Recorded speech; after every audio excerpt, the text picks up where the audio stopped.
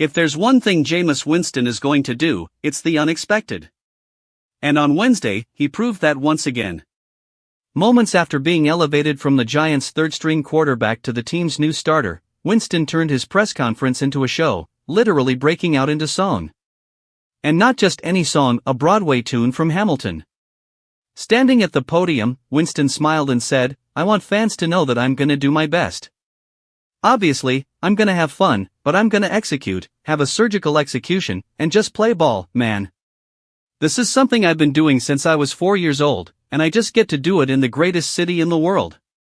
He then sang that last line, straight from the Schuyler Sisters, one of the most iconic songs from Hamilton.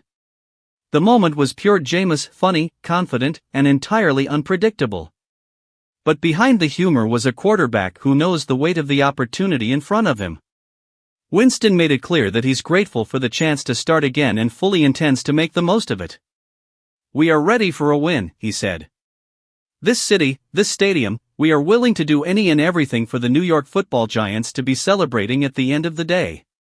That's the mindset Giants fans have been waiting to hear: energy, belief, and accountability. The Giants enter the weekend sitting at 2-8, desperate for a spark. Winston could be that spark. After all, this is a former first overall pick with a cannon arm and a flair for the dramatic. He's had his share of ups and downs, but one thing's for sure: when Winston's on the field, things get interesting. His path to this moment has been anything but ordinary.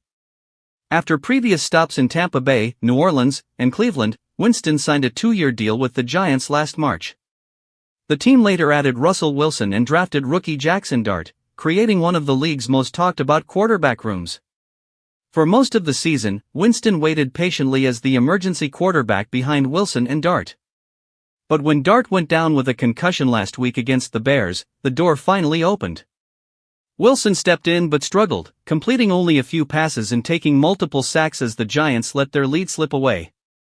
With Dart still in concussion protocol, head coach Brian Daboll decided to hand the keys to Winston, hoping his experience and energy could jumpstart an offense in need of life. Now, all eyes are on Sunday. Can Winston lead the Giants to a much-needed win against Green Bay? He threw for over 2,000 yards and 13 touchdowns last season in Cleveland, showing he can still make plays. If he can channel that same fire and maybe keep the singing off the field, he might just give Giants fans something to cheer about again.